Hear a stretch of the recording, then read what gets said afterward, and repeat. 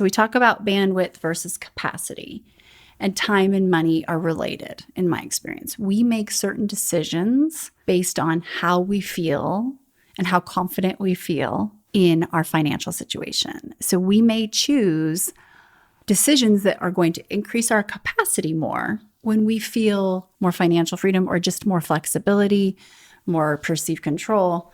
But if we are in a scarcity mindset and we are concerned or stressed or have fear around money, then we are likely to be trying to do more to generate more. And that starts the bandwidth tapping and trapping. I'm Amy Jo Martin. Welcome to the Why Not Now show.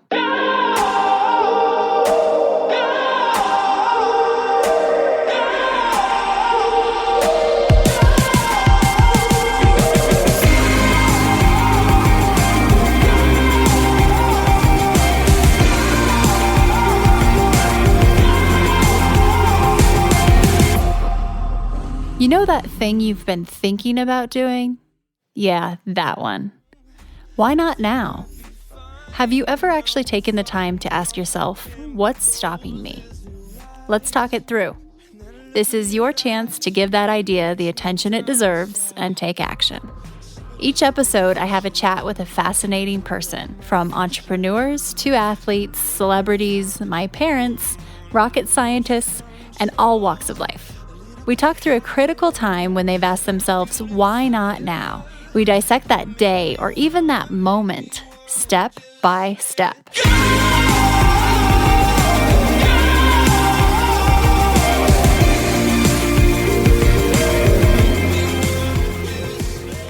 Okay, so hello. Welcome to the third part of the three-part series of this podcast episode series, all about reinventing your relationship with time. And I'm adding money into this one, this final episode, because there is a direct correlation with our relationship with time and money in my experience. So we'll talk about this. And I'm not suggesting this is an episode where you're going to learn really specific investment tactics, or we're going to talk about investing or that type of thing. We have other podcasts for that. Absolutely. That's a huge part of what we talk about. And yes, there are tactics in this episode that you may find are super helpful for saving money or being able to increase your earning potential. But that's not necessarily what this is about in terms of, investment advice or anything like that. So let me just kind of level set there. As we look back at the last two episodes of this series, the concept of bandwidth versus capacity, bandwidth being finite, 24 hours in a day, capacity is infinite, what we're uniquely qualified to do. It's very important to make sure that we have that concept nailed and understood as we venture into looking at the correlation between time and money. So that relationship is direct. There's a direct impact. When we revisit and reinvent our relationship with time, it already impacts our earning potential, and it hopefully will impact our relationship with money. But here are some specific things that you can think about when you're looking at that bandwidth versus capacity. So if you've watched or listened to the last two podcast episodes, what we know is that our earning potential is when we are increasing our capacity. It's up here. It's not when we're trying to do too much, especially the things that we're not uniquely qualified to do, right, at bandwidth. So the more we can increase our capacity and expand it and manage and optimize our bandwidth, the better, right? Sometimes that means spending money to create more time. So there are ways to manipulate your bandwidth, of course, by spending against certain things that you are doing that you don't necessarily want to do, need to do, are qualified to do, or it makes sense to do because you could be earning more if you were spending your time and energy up here. So really kind of think about that. Sometimes it makes more sense to spend money to create more time versus use a lot more time to work in order to create more money. So they can kind of be manipulated and looked at differently in that way. So we talk about, I'm sure you've heard before, we want to diversify our portfolio. We want multiple streams of income if we can, of revenue lines, of ways to generate money and have our money working for us. So diversification is great when it comes to investing and when we look at the financial side of things. However, diversification when it comes to our time isn't necessarily the same, right? The more things that we have going on, likely the less focus, which means we're focused on increasing our bandwidth or tapping, using more bandwidth, versus capacity. So focus is kind of an inverse of what you usually look at as some of the principles for like investing your money. We want to invest our time in very specific areas and make sure we're not tapping ourselves and trapping ourselves and trapping our earning potential because we're so tapped at bandwidth. Okay, so just kind of think of that as just because it's true in an investment portfolio doesn't mean that's how we would treat our time. Okay, so I mentioned our earning potential is up here. In my experience, the higher I fly, the more I earn. But I need to optimize and manage my bandwidth in order to fly higher. So one of the things you can do immediately is gain confidence. And what I mean about that is confidence around money, confidence around your perceived control of your own money, how it's being spent, how it's being earned, and what influence you have over it. And so that's, again, making friends with reality, with the data, and having a budget. This is not a new, crazy concept that I'm inventing here, of course, and hopefully you already have one. But what I know from personal experience and listening to a lot of friends and individuals who you start your career, you get going, you start making money, and the more you start generating, the more kind of relaxed you feel about keeping a really close eye on it. So maybe you're looking during tax period and you're making some adjustments there, but are you really checking in? Do you really know where you're spending, where things are going, where things could be optimized? Maybe not. So regardless if you're living, in a really thin, like lean margin, paycheck to paycheck, or you've got more money than you need, either way, you still have the ability to save and invest more and potentially even decrease your amount of stress based on those two factors and live differently and at higher capacity based on your perceived control too. So there's always room for improvement, regardless of what is in your bank account, right? So when I think of earning potential, what we're uniquely qualified to do, hopefully, is where you're able to make the most money. And a lot of factors are involved. And I don't want to have just a blanket universal saying when it comes to that. But in my experience, if you're finding that value prop that there's a scarce amount, right? And you are really good at it and you have your market, you have people who are willing to spend against that, that's your earning potential and that's where you want to be versus doing the things that potentially everybody else can be doing and trading time for dollars. So what I look at is we talked about our time budget in the very first episode and into the second. We want to allocate our time where our earning potential is, ideally. So when I talked about that deep work, those things I'm uniquely qualified to do, there's a big allocation of that in my time budget. And you know what? There's a direct correlation, of course, hopefully, to my income and to my financial personal budget and even business budgets. So when I look at where time's being spent, I'm not just looking at the dollars and where money's being spent. I'm not just looking at the dollars. I'm also looking at my time, right? So let's take, for example, my nails. I calculated and really got surgical about how much time it takes for me to get my nails done. Every 2.5 weeks, about is what it is. The amount of drive time to get there, the amount of time it takes to do it. And yeah, I can be doing some other things, but I mean, these are your hands, so you have to get kind of creative if you're going to be on your computer or your phone, which Believe me, I do. But let's just say you're not doing that too. Or it's not maybe the highest use of your time to try and, text with one hand or listen or type or look at a report on your phone. So the amount of time to drive there, get my nails done, and drive home. Oh, it's a lot. I mean, every 2.5 weeks. Then what I did, and yes, it's easy to calculate how much money that costs in terms of what you're spending to get that service done. Okay, so do that. Then when we assign a value to our hours, which I think this is such a great way to get real with data, to start real with reality and look at the data, to start making decisions based on your value of your time.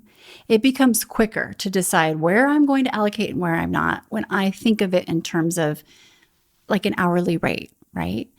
So sometimes I'll use, I've got my keynote fee, or I have potentially, like you can take your earnings, your net income for the whole year and divide it by, let's say 40 hours in a week if you want. Whatever you do to calculate your hourly value, it doesn't mean that you build that every hour last year necessarily, but you can arrive at a number. Then you start kind of realizing, so if I choose this instead of this, I'm giving up this amount of time. And if this is a frequent thing that's ongoing, a standing date at the nail salon, then I'm actually potentially sacrificing X amount of money. And maybe that's okay. And that's great. And you know what? Totally cool. However, that for me was a big eye opener because it was a big number. And it's like, it makes me think twice. So what do? I go out and I start researching every single type of other ways to get my nails done, meaning like all the new, over the counter things, all of the, the best. There are millions of them out there. And I start kind of almost like taste testing. And so that's an episode for another day. But we're talking well into 5 figures are being saved just by making that adjustment. And that makes me happy because it makes me realize, okay, I've got that extra time that I can allocate elsewhere. And maybe it's to read a book and maybe it's to focus on deep work things or whatever. And I've also got extra money. So I could invest that in XYZ. And so now we're looking at what was a depreciating asset, my nails, that depreciate every 2.5 weeks, to still get my nails done because I'm just getting resourceful, but I'm actually able to invest now. That's an appreciating. That's something that can have, compounded interest if I invest it. Or maybe I want to invest in someone's company, or just maybe it's just in savings. It could be, it could be purchasing something else too. It doesn't have to be an investment, but we have optionality now and opportunities, and that's exciting to me. Okay. Now, when I look at and I think about budget, and this is from my personal experience over this last year, Richard and I have literally every line item and everything spent personally mapped out every single month. And we look at it and we look at the change over time. And what it does for me in terms of, it gives me a sense of confidence and perceived control that allows me to make decisions a little differently. So we talk about bandwidth versus capacity, and time and money are related in my experience. We make certain decisions based on how we feel and how confident we feel in our financial situation. So we may choose decisions that are going to increase our capacity more when we feel more financial freedom or just more flexibility, more perceived control. But if we are in a scarcity mindset and we are concerned or stressed or have fear around money, then we are likely to be trying to do more to generate more. And that starts to look at the bandwidth tapping and trapping. And so this is also tightly correlated. And it kind of comes down to, and I'm going to get back to the budget in a minute, because I hadn't necessarily done that consistently over time. Just kind of started earning more money and then didn't really look at things as closely as maybe I would have liked, and or ways to leverage things as much. And yes, I have an amazing financial advisor. And when it comes to kind of your traditional investments, those things are being blocked and tackled. But when it comes to my spending and just ability to save and invest more or allocate differently or leverage things differently, the light bulb started coming on. Like, it's amazing what you can find. So I'm going to pause. I'm going to bookmark that for a second. Back to our relationship with money. So we all have money stories. And I probably should have started this episode with that topic. And if you've ever heard me give a keynote, I'm often referring to my money story and how it's changed over time, over the last decade. And, I used to have this calculus, and a lot of times the calculus systemically comes from how we were brought up, or maybe what we saw or what we believe to be true. That can all change. You can rewrite that money story, but you have to be willing to look at what's inside, where that came from, but also your current data, and make friends with reality. And I think a lot of times, especially with money, we just kind of want to put our head in the sand and just try and earn more and maybe spend less and just kind of give it, almost flirt with the idea, versus diving in and getting super intimate with the facts, with the data, with the reality. And that's when it gets super fun in my experience, because the red pen comes out and it's so fun to save money. And if we start thinking of time as money, money is time, but it's not just one-to-one, it's you save time and you're up here in capacity and you're applying more time in that capacity. It's exponential impact to money, right? So back to the money story, my calculus was sacrifice equals success and success equals money. And I just thought the more we sacrificed, the more success we would have. And I'm sure some of this was from my upbringing. My family, my father specifically, worked extremely hard. He sacrificed a ton and did very well, but we started with very humble beginnings, and they saved and they made their stock payments, and I watched him sacrifice, and I watched them, what happened from that. And in my mind, sacrifice equals success, success equals money. And so, therefore, this is what got me into trouble, especially that first 10, 15 years of my career. Sacrifice might be sacrificing sleep to work, which then in my mind, the calculus was I make more money because I'm working harder, right? Working more, working harder is equivalent to the output of more money. You could argue that to a certain extent, heck yes, I've seen it, I've felt it.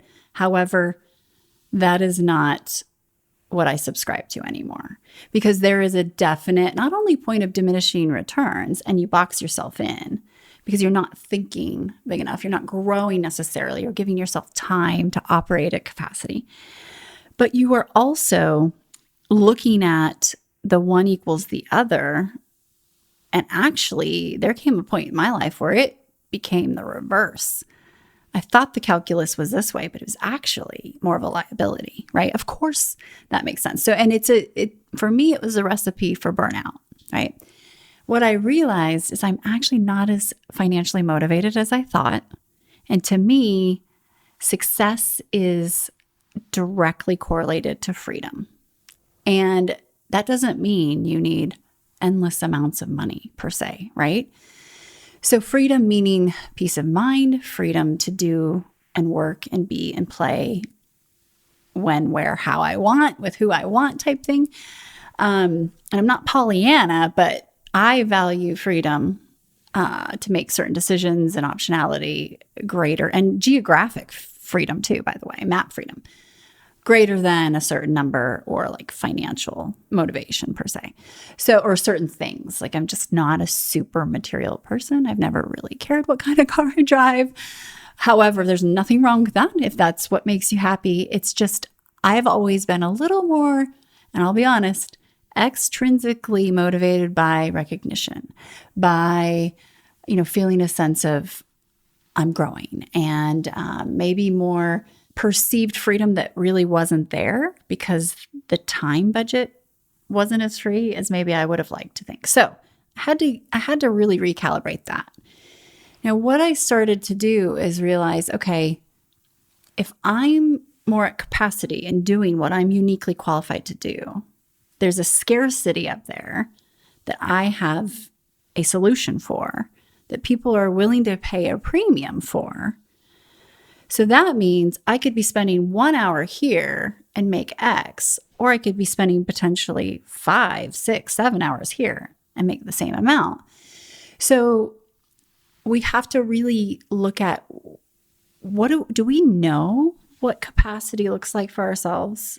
Because that's earning potential, right? That's, I always talk about where purpose, passion, and skill collide, bliss resides. That's what you're uniquely qualified to do. We want to be in that intersection. That's the Venn diagram.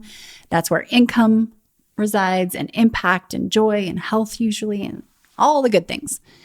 But if we are just focused on, skills, and we're not looking at purpose or passion, that's usually not going to be sustainable. We need all three in order to sustain droughts where maybe our passion isn't as high, or we're not feeling as much purpose, but we've got the other two. So we want to look at this as like a true, these are contributing factors to that sweet spot. So when I really started to notice this was, so if I'm able to earn more up here, I'm also able then to save and invest more. And it becomes this kind of snowball effect of, it might have taken a lot of bravery to open up that capacity. And we had to manufacture that bravery, which in my opinion, that's the why not now way. That's the renegade mentality. And there are 5 renegade rules, which I can recap at the end of this episode in terms of how to unlock more bravery, more potential in our genetic code and fly higher. But if we're playing it safe and we're in constant struggle and we're tapped at that bandwidth because we're trying to do it all to save money from not having anyone else do something, or do too much because we think doing more generates more money, then that's not a good mathematical problem. Like, that's not good math. It didn't calculate for me, at least, right? And there's actually a financial liability to that. So sometimes resourcefulness is just as powerful, if not more powerful, than resources.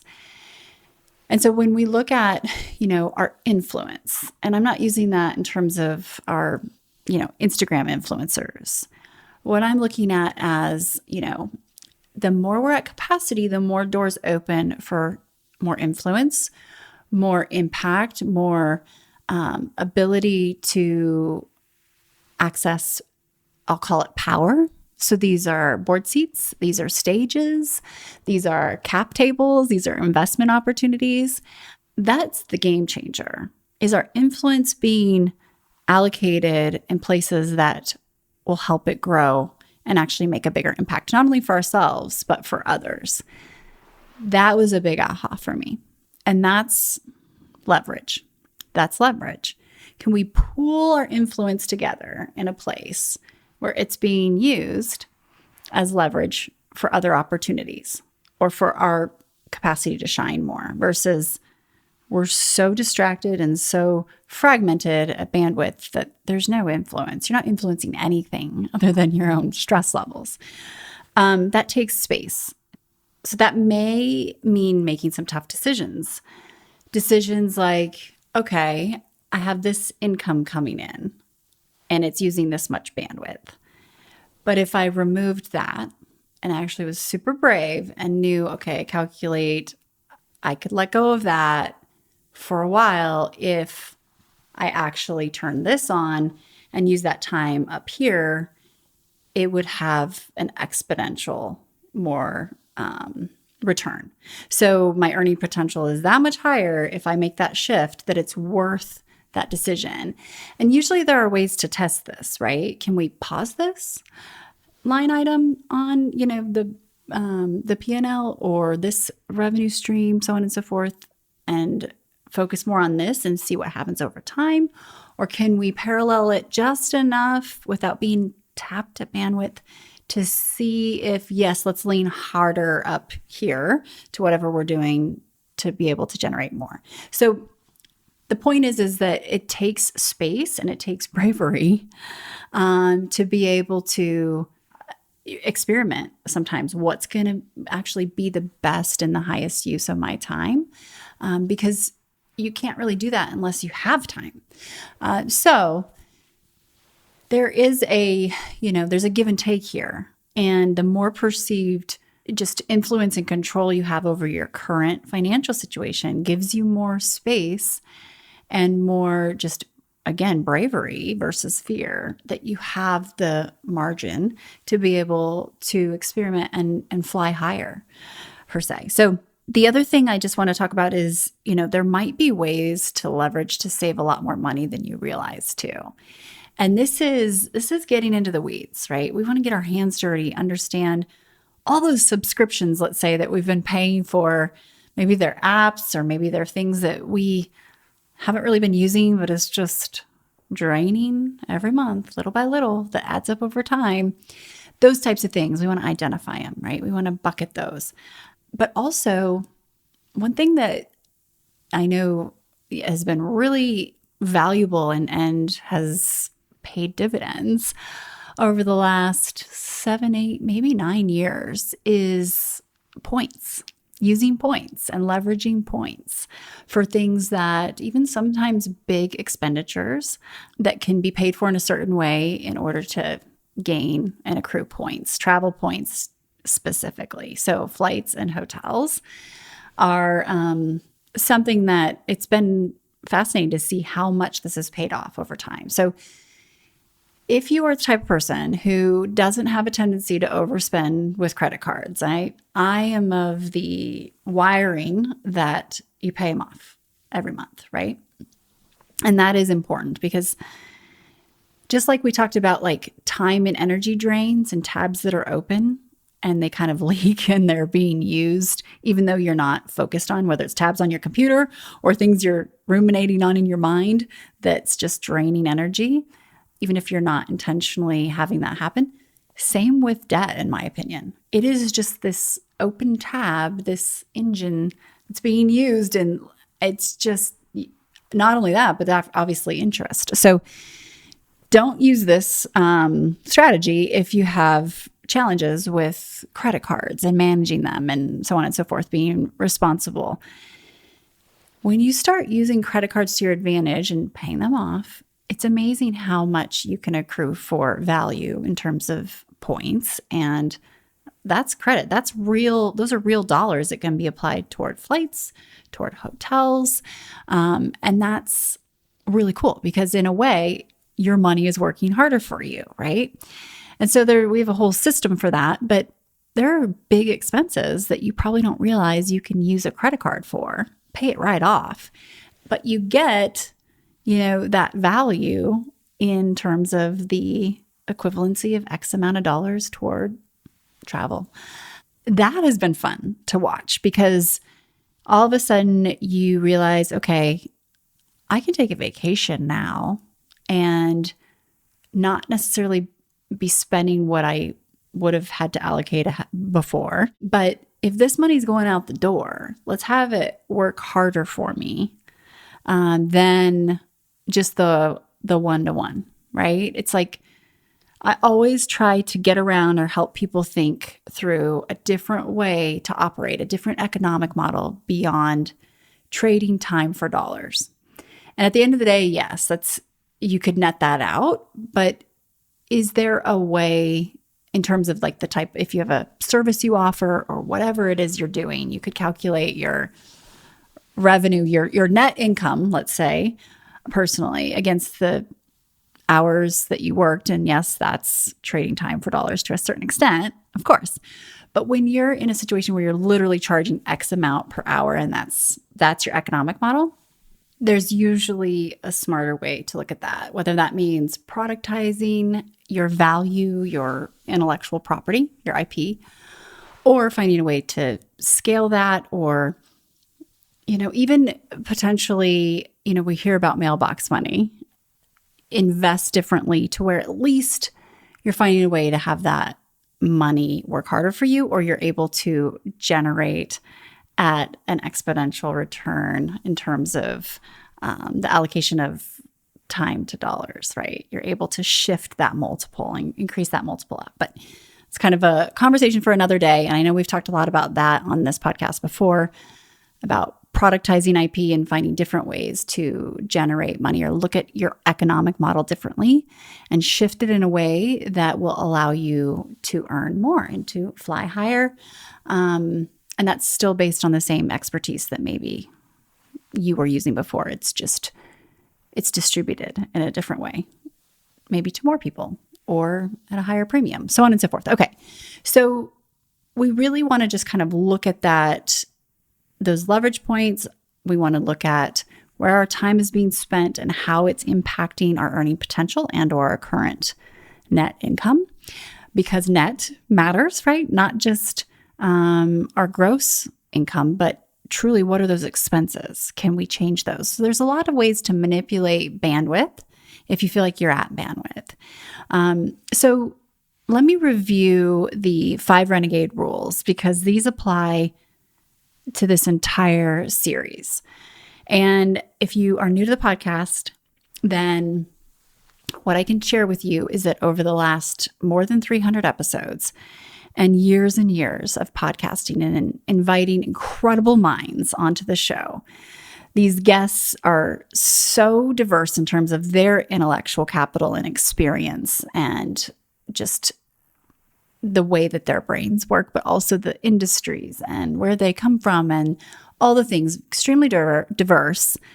But as I've listened over the course of the years, and we're talking, you add this data to, more than 300 plus hours of interviewing, but also to my career in working with a lot of these individuals hands-on, front row seat. What I've realized is there are 5 things that most individuals do who are operating at capacity and continue to elevate and fly higher, and how they get from idea to action, and that bridge, that closing of the delta between idea and action, dreaming to doing. There are 5 similarities, things that I constantly hear when I ask, hey, tell me about a time when you had to ask yourself, why not now? And you went from idea to action. So over the course of all this data, as I distill it down and start to look at the trends, these are the things that I've learned. And this really makes up that renegade mentality.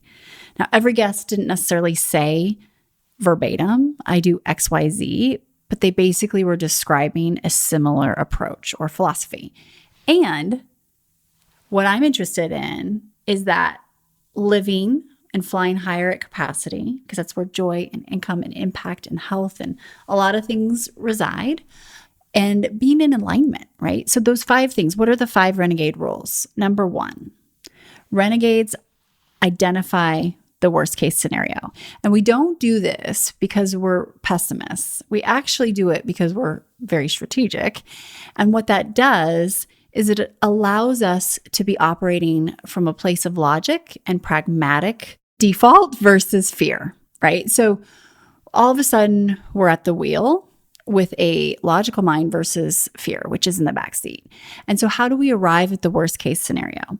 First, we say, okay, what if this idea doesn't work? This why not now idea. So let's take, for the relevancy to this episode and this concept, what if we're considering letting go of this that was creating a lot of bandwidth and also generating some income in order to gain this, which could be a much higher return? Well, what if that doesn't work? So we want to answer that question and then say, then what? And answer that question and say, then what? Then what? Then what? And when we go through that process, 2 things happen. 1, we realize it's going to take longer than we thought to arrive at that worst case scenario, right? Because first you just start with, what if it doesn't work? That's not necessarily the worst case scenario. Usually it's not. There will be enough time to change, to pivot, to take out some insurance, to, adjust and that isn't necessarily what enters our mind when we first think of this idea, right? That takes logic. Number two, we realize, okay, this is safe enough to try. Just get started, right? So we're putting logic in the driver's seat and we're getting very real with if this, then that, and how we can adjust. It's going to take longer than we think. Number two, the renegade rule number two is, it's my favorite one.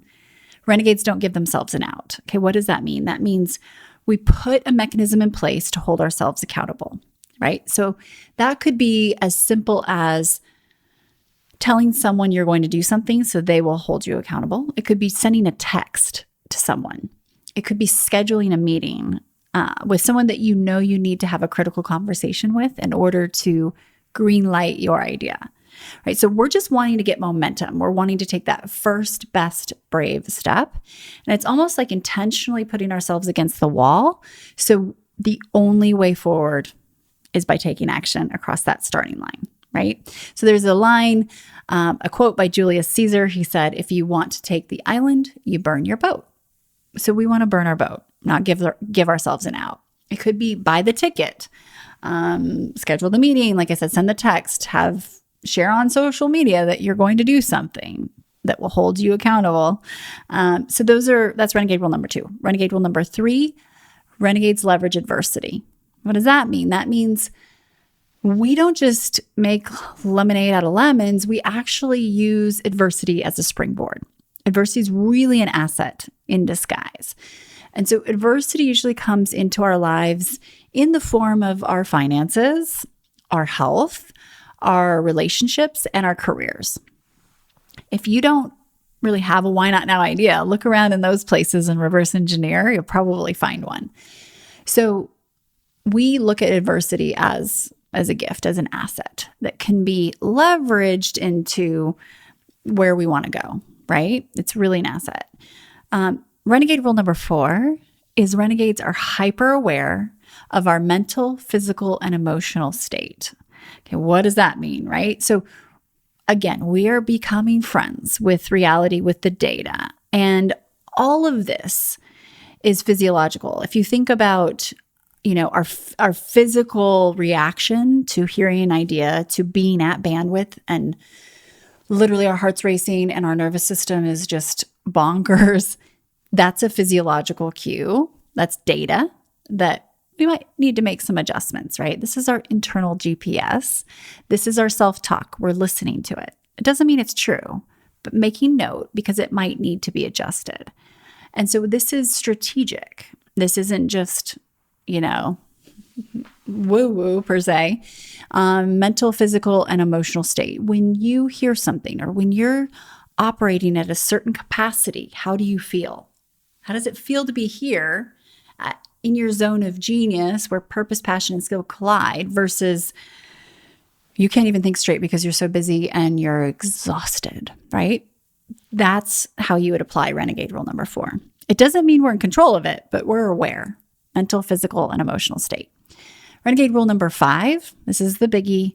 Renegades have operating and belief systems that are in sync. So that means operating system, this is your OS, just like our devices have an operating system that need to be updated. Our computers, our phones, they all need to have their OS, that system updated. We do too. So our operating system is literally how we navigate our day, our meetings, our time, our mornings, all of these logistical functions of tangible things in our day. That's our operating system. Our health, our sleep, that's our system, right? Our belief system is something greater than ourselves. This is the governing body of how you lead and live your life. This could be your why, your mission, your vision, whatever you want to call it. It's something usually bigger than yourself. And this is your big picture. This is your forest through the trees. So we have these two systems in sync and we can toggle back and forth all day, every day. And people who are living and increasing their capacity, in my experience, they are able to go back and forth quickly between doing and looking at the bigger picture of the strategy and the vision and where they're headed. So their capacity. And when we talk about like rolling up our sleeves and getting things done, people who are operating capacity still have to do that, right? It's just what things, it's the specific things. So the operating system and the belief system have to be so tightly toggled back and forth that we never really lose track of where we're headed, but also we have to keep our eye on those details that matter, right? Even if you're spending time deep work writing, you have to stay on track. You have to actually do it. So the vision and the action, they have to be in sync, and we have to be able to go from one to the other quickly, right? So that is a recap of the 5 Renegade rules, which is the Renegade mentality, which is an operating system. It's a daily practice. It's how I've been living my life for many, many years. And it's how, very similar to some of the people that I have the most respect for who are operating at capacity and continuing to push higher. You know, the types of things they're doing as well while staying in alignment. And nobody's perfect, but those are governing principles of how I do lead my life. And so when we look at the tactics, it applies to all 3 episodes in this series. And hopefully you found value in the series.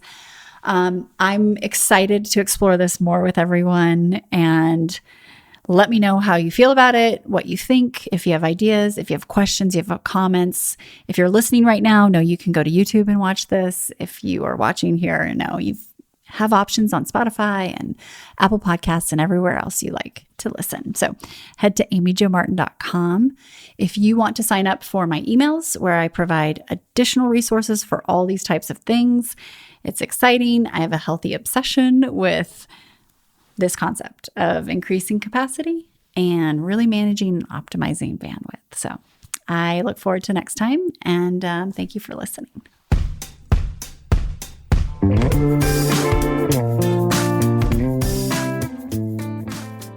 Hey everyone, thanks for listening to the show.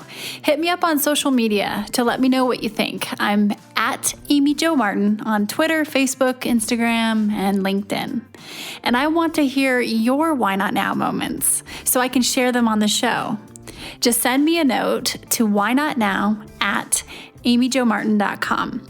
For show notes and other offers, you can visit amyjomartin.com/whynotnow. And while you're there, don't forget to sign up for my email newsletter for exclusive content and announcements.